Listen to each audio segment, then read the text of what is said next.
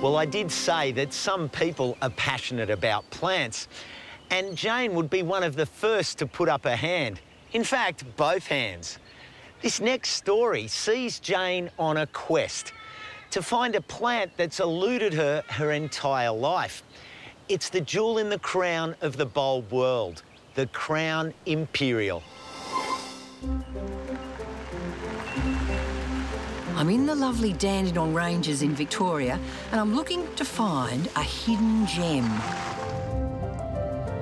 I know about a little family-run nursery up here that specialises in very rare bulbs and other flowery treasures. The GPS doesn't work so well up here, so the nursery owners have actually put out some coloured balloons along the roadside just to lead me along the correct path. I haven't found any yet, but I'll keep an eagle eye out. It might be hard to find, but this rustic nursery is worth the hunt. Hidden in the middle of the National Park, it's run by mother and daughter duo, Shirley and Jane Tonkin. And what's special is that it's home to more than 150 species of rare bulbs from all around the world. Wow, what a lovely spot. But I must admit, I'm here on a very special mission. I've heard that there's a very special bulb that they have in flower here, and I want to find it. It's the holy grail of bulb growers. It's called the Crown Imperial, and I've never actually seen one in flower in Australia. If the setting doesn't take your breath away, then the selection of rarities will. Luckily, Jane Tonkin is on hand to guide me through.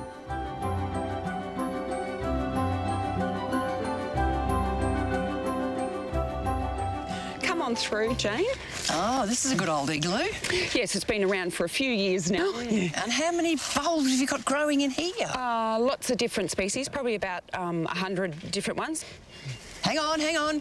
Oh, what's this? Oh, well, you wanted to come and see the Crown Imperial. I did, but I got diverted. I don't blame you. This is Narcissus asturiensis. It's a little species miniature daffodil. It most certainly is, yes. So native to Spain and Portugal. Oh, my goodness, to see a paddock of that, wouldn't that be just lovely? Yes, and pretty much along the riverbanks and things. OK. But it's getting people to know that rare doesn't actually mean unattainable or that you can't grow it, because these do grow quite well in most areas of Australia except our more tropical, humid areas. OK. Well, they really are tiny treasures. What else have you got to show me? We've got this Crown Imperial, haven't we? Now, the Crown Imperial might be rare, but it clearly needs to join the queue. The pleasure here is in the journey, and you don't really know what you're going to stumble upon next. Oh, hang on, we've missed something. Ooh, let's sneak around there. Oh, now, what's this? It's a Romulea, so native to South Africa. So it likes full sun. Okay. And in Australia, we can grow a lot of the South African things because they have the similar sort of climates as we do here in Victoria, New South Wales, and even Tassie. Isn't it spectacular, the markings on it? Looks like a little umbrella all furled up with these beautiful markings. And then the sunshine makes it come fully open like so, and just beautiful inside as well. So it's Romulea monodelpha. Mum Shirley has been here since the beginning, 50 years ago, when her late husband Brian Tonkin began his obsession with collecting rare plants and flowers from all corners of the globe. Hey, Mum. G'day, Shirley. Hello, Jane. How are you? It's good to see you. Yes, yeah. You were doing some weeding. Yeah, I was doing weeding. Can't stop yourself, Shirley, can you? No, I can't, Jane. You've got little fingers that go... Yeah, well, we built the benches this high because they're nanny height and I don't have to bend. I've got no excuse not to weed. No, good. Now, 50 years, for goodness sake. Yes.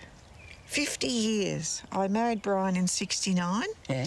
He already had a love of bulbs because he came back from the war and was enthusiastic about growing stuff. But what was his passion? Why did he have this passion? Anything that was hard to find or hard to grow was his challenge. He had to have a challenge.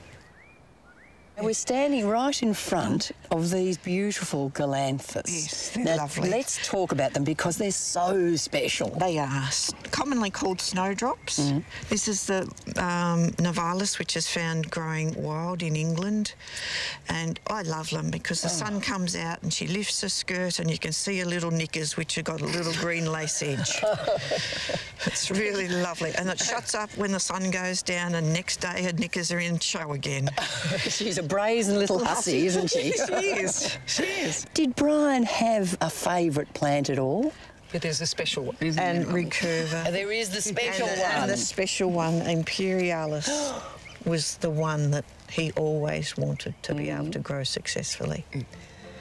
And now I think my darling daughter is the champion of growing Fritillaria Imperialis. That's nice to hear, Greg. Because she can get it to flower for me. Brian Tonkin never got to see the Imperialis. In fact, it's taken 21 years for them to be successful. But lucky for us, we don't have to wait. Can you see it yet? Ah, yes, I can. Oh. This is such a rare treat. It's Fritillaria Imperialis. Its gorgeous downward-facing flowers, topped by the crown of leaves, give it its name, reminiscent of an emperor's crown and only flowering for a few weeks at a time. These are my babies. Yeah. So my babies get checked every morning. That is really stunning, isn't it? Yeah. So that's, I think, what makes it so impressive, and the fact that it is rare in Australia. It's one of those things that Dad always wanted to grow because of its complexity and rarity here. This is why it's really exciting, because now we can get our own fresh seeds, sow it straight away, and away we go. You know, it's seeing things like the Imperialis that make these specialist nurseries so rewarding. But it's also the inspiration they give. Rare doesn't necessarily mean difficult to grow. So if you're into the unusual, then search out your local specialist. And they will really make your garden stand out from the crowd. Plus, the hunt is really worth it too.